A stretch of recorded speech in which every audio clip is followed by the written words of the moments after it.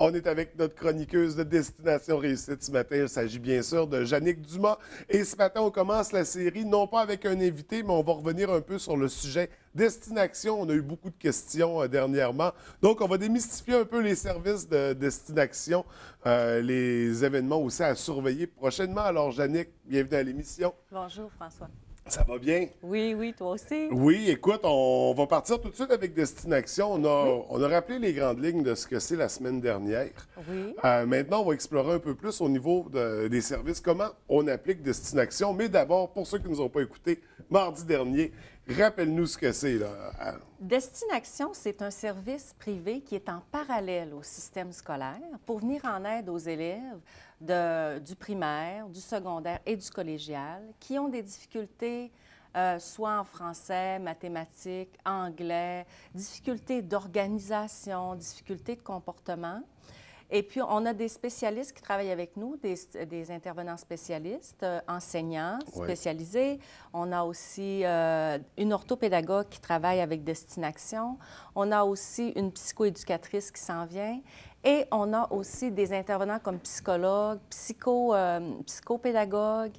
Donc, on a vraiment des gens qui sont spécialisés pour accompagner les jeunes. Donc, pour faire affaire avec nous, les parents nous appellent directement. On a un site web, on a une page Facebook sur la page Facebook, il y a un tas d'informations, de liens, de documentation pour répondre aux questions des parents par rapport à la gestion des colères chez l'enfant, des trucs pour entrer en communication avec notre ado, des trucs pour les devoirs et leçons. Mais les services, on nous appelle, les parents sont rencontrés, parce qu'il y a des ateliers individuels et des ateliers de groupe qui vont commencer prochainement. Les ateliers individuels, les parents nous rencontrent. On parle avec l'enfant, les deux parents. Ça peut être le parent avec l'enfant ou les deux parents avec l'enfant. Oui. On dresse un portrait. On regarde le portrait complet de l'enfant. Les bulletins, s'il y a un plan d'intervention. Puis on regarde avec les parents qu'est-ce qui va pas. On se fixe des objectifs. On regarde où est-ce qu'on veut aller, où est-ce qu'on est en ce moment. Puis qu'est-ce qu'on est prêt à faire pour y arriver? Comme hier soir, je rencontrais un élève du secondaire, puis je lui demandais, « Toi, tu es à combien là, sur 10 dans ta classe? » Bon, il me disait à 6,5 sur 10. Ah bon, ça veut dire, tu serais prêt à monter à combien? Ça voudrait dire quoi, ça, dans le concret, 8 sur 10? Bon, bien ça voudrait dire écouter, avoir le focus, moins niaiser, quand j'arrive à la maison, faire mes devoirs et leçons. Finalement, les jeunes, on les amène à faire ressortir ce qui est important. Puis, curieusement, ils ont déjà les réponses. Il suffit juste de les accompagner. Il faut les activer, finalement. Exactement. Comme nous, un coach, on a besoin de coach pour telle chose, puis pour développer le réflexe. Hein? C'est comme quand on apprend à conduire à manuel. Au début, il faut réfléchir à tous nos mouvements. Puis là, ben tu sais, puis à un moment donné, on arrive, on change de vitesse. On peut même se maquiller par le téléphone. Puis qu'est-ce que faire? Idéalement, il ne faut pas le faire. Non, mais... on a besoin de penser. Non, moi, je ne ferais jamais ça, moi. Donc, le principe, un peu, c'est de développer un automatisme dans les habitudes du jeune. Oui, puis dans l'attitude aussi. Parce que, selon moi, tous les jeunes peuvent réussir. Et par réussite, j'entends pas performance nécessairement. Tu as des élèves pour qui ils vont être en réussite facilement, ils vont performer sans effort. Mais un enfant qui a de la difficulté, il développe autre chose qu'il autrement n'aurait pas développé. Il va apprendre à être persévérant, il va apprendre à développer des méthodes de travail qui vont lui servir toute sa vie. Il va développer des compétences essentielles à la réussite de sa vie.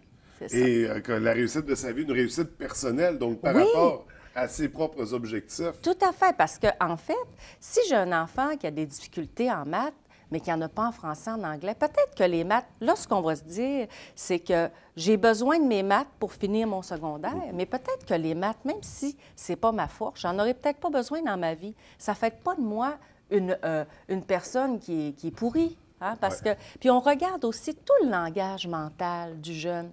Qu'est-ce qui se passe quand tu arrives devant une difficulté? Dernièrement, je découvrais qu'il y en a une qui disait « Ah, de toute façon, je n'y arriverai pas », puis elle fermait ses choses. En fait, c'est ça qu'il faut changer, toute la posture à la réussite.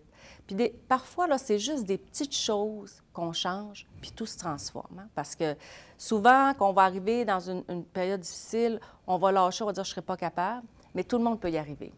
Fait que c'est une question de perception, c'est de voir l'obstacle comme Souvent, un défi oui. à relever au lieu de le voir comme un bloc de béton qui nous empêche de passer. Tout à fait. Bouchée par bouchée. Puis c'est pour ça, c'est comme ça qu'on accompagne les jeunes. Puis l'an passé, on a eu des élèves là, ils étaient certains de ne pas passer leur année. On a changé la perception, on a changé les attitudes, on a vu là, des réussites extraordinaires, comme magiques finalement. Parce que quand les professeurs aussi voient que le jeune est motivé, que le jeune est ouvert, qu'il est engagé, bien aussi, ça change. C'est contagieux. L'enseignant a plus envie à ce moment-là, j'imagine, de travailler avec le jeune, d'y transmettre les connaissances. Des portes s'ouvrent. Ouais. Des portes s'ouvrent. Ouais. Puis, c'est comme de la magie, mais c'est presque ça aussi. Hein? C'est du positivisme, la magie du positif. C'est de la pédagogie positive. Oui, absolument. Tout à fait. Puis là, c'est démontré. On a la psychologie positive. Les recherches l'ont démontré. C'est pas du flafla d'ésotérisme. De toute façon, en une année d'existence, vous avez déjà des résultats à présenter. Oui. Donc, c'est du concret, c'est du palpable, c'est mesurable. On voit un impact presque instantané sur, sur les résultats, l'attitude du jeune. Oui, donc, ça a déjà fait ses preuves. Oui, dernièrement, justement, on avait un élève très démotivé. Puis, dès la première rencontre, on avait commencé à écrire dans notre agenda. Puis, on avait déjà, on voit déjà des... Parce que, aussi, on ne dit pas aux jeunes, fais ci, fais ça, fais ça. C'est qu'on l'amène à décider par lui-même. Moi, je vais lui dire aux jeunes, je veux pas que tu me parles pour me faire plaisir. Je veux qu'on se parle pour vrai, puis pour regarder où est-ce qu'on s'en va, puis qu'est-ce qu'on fait pour y arriver. Juste ce qui est vrai. Puis moi, je vais être accompagnée jusqu'au bout. Puis moi, je rencontre les parents pour faire le portrait, mais après, je confie l'élève à un enseignant, à une orthopédagogue ou à la personne avec qui je vois qu'il va bien aller. Oui. Puis ça, c'est vraiment important. Et justement, l'implication, le rôle du parent, une fois que la procédure est entamée avec le jeune, une fois que le jeune fréquente les services de destination, à quoi ça se résume son rôle? En fait, le parent qui accompagne l'enfant lors de la rencontre, là, l'enfant, je vais lui dire, tu as besoin de quoi pour ça? Tu t'attends quoi de moi ou de la personne qui va t'accompagner, puis tu t'attends quoi de ton parent? Parce que, comme par exemple, dernièrement, je rencontre un jeune, je lui disais, quand tu vas rencontrer une difficulté, là, qu'est-ce que tu vas faire? Est-ce que tu vas tourner les yeux puis tu vas t'écraser? Ou tu dis, on se retrousse les manches puis on va y arriver? Fait que là, on pratique ça. Oui. Puis là, je dis, ta mère, qu'est-ce qu'elle pourrait faire? Bien, elle va pouvoir me dire, on se retrousse les manches, puis on va y arriver. Donc, le parent devient... Parce que si on faisait du tutorat normal, on ferait juste de l'accompagnement pédagogique. Là, on fait un accompagnement global. Ça fait que le parent, pendant qu'il mange, puis comment ça va dans ton français, comment ça se passe en classe, avec ton professeur, le parent est conscient de la démarche qu'on est en train de faire. Donc, le parent, il arrive à suivre l'enfant de façon encore plus adéquate. Ça fait que parce que nous, on les voit 1, 2, 3, 4 fois par semaine, les jeunes. Ouais. On n'est pas toujours avec eux. Donc, on fait comme on sème des graines que le parent peut entretenir. Donc, c'est ça, il doit continuer à les arroser. Puis pour faire pousser la plante, à s'occuper d'eux. Oui. Donc, le parent, c'est ça, c'est pas... doit participer tout au long de la démarche. De toute façon, le parent doit participer tout court quand il y a un enfant. Ben oui. Exactement, mais c'est pas une... En fait, c'est pas lourd, la démarche. La démarche, elle est légère. Les jeunes, c'est un choix de venir avec destination, puis ils sont contents de le faire. Et si ça se trouve, le parent applique déjà ces principes-là dans la vie de tous les jours, mais n'a pas l'outil destination qui va donner la poussée, qui va aider le jeune à trouver une voie, finalement. Oui, puis des fois, comme parent, même si on est là-dedans, se le faire dire ou comme parent d'avoir une personne externe qui va le dire, ça va aider aussi, surtout chez les adolescents.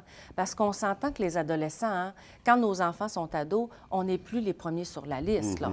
On est sur le bord des derniers. Ah, c'est difficile à suivre. L'adolescence, c'est une période... Ben oui, puis c'est normal, c'est important aussi. Les enfants qui sont toujours d'accord avec leurs parents à l'adolescence, c'est pas nécessairement bon signe. C'est important qu'ils s'affirment, qu'ils forgent leur personnalité. C'est une période déterminante qui va inscrire et qui va modifier tout notre parcours, finalement. Oui, c'est pas négatif. Donc, aussi, on fait de l'accompagnement parental. On peut rencontrer les parents au début du parcours, mais le parent qui a vraiment un besoin spécifique, on peut le rencontrer une fois par mois. Oui. Même un enfant qui aurait besoin, comme les SOS Nanny, Destination peut offrir ça aussi. Aller dans la famille, organiser, regarder des petites choses, puis accompagner les parents. Fait que les services offerts peuvent être très vastes, peuvent s'adapter aussi aux besoins du client, de l'enfant. Tout à fait. Parce que la passion de Destination, c'est réussir, amener les enfants à réussir, responsabiliser. C'est le bonheur des enfants, finalement. Et c'est ce qu'on va démontrer tout au long des chroniques. Oui!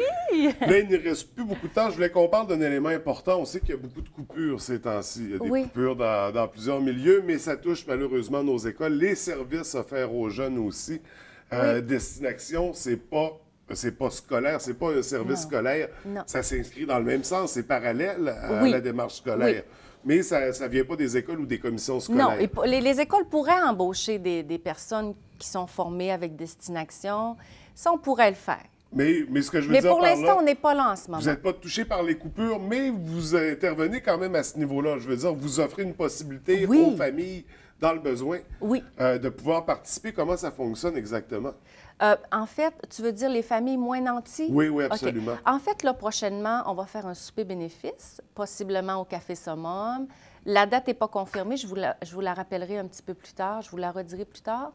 On va faire un souper bénéfice, on a un montant de fixé, et puis ça va être un souper spectacle, abordable, mais quelque chose de beau puis de qualité.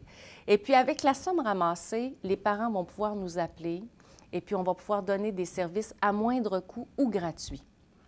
Donc, parce que il n'y a pas juste les familles nanties, hein, c'est sûr qu'il y en a qui peuvent s'offrir les services, mais il y en a que c'est moins facile. Puis on sait que ça peut être un cercle vicieux.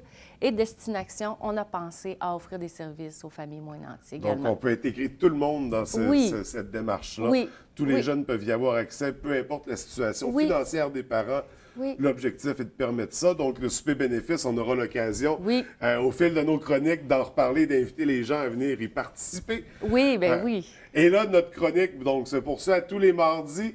On sait qu'à partir de la semaine prochaine, on commence à recevoir des invités dans le cadre de la chronique, des personnalités de la région. Des preuves que la réussite, tout le monde peut y arriver. Absolument. Même avec des grandes difficultés, on peut se dépasser, on peut apprendre à réussir, on l'a en nous.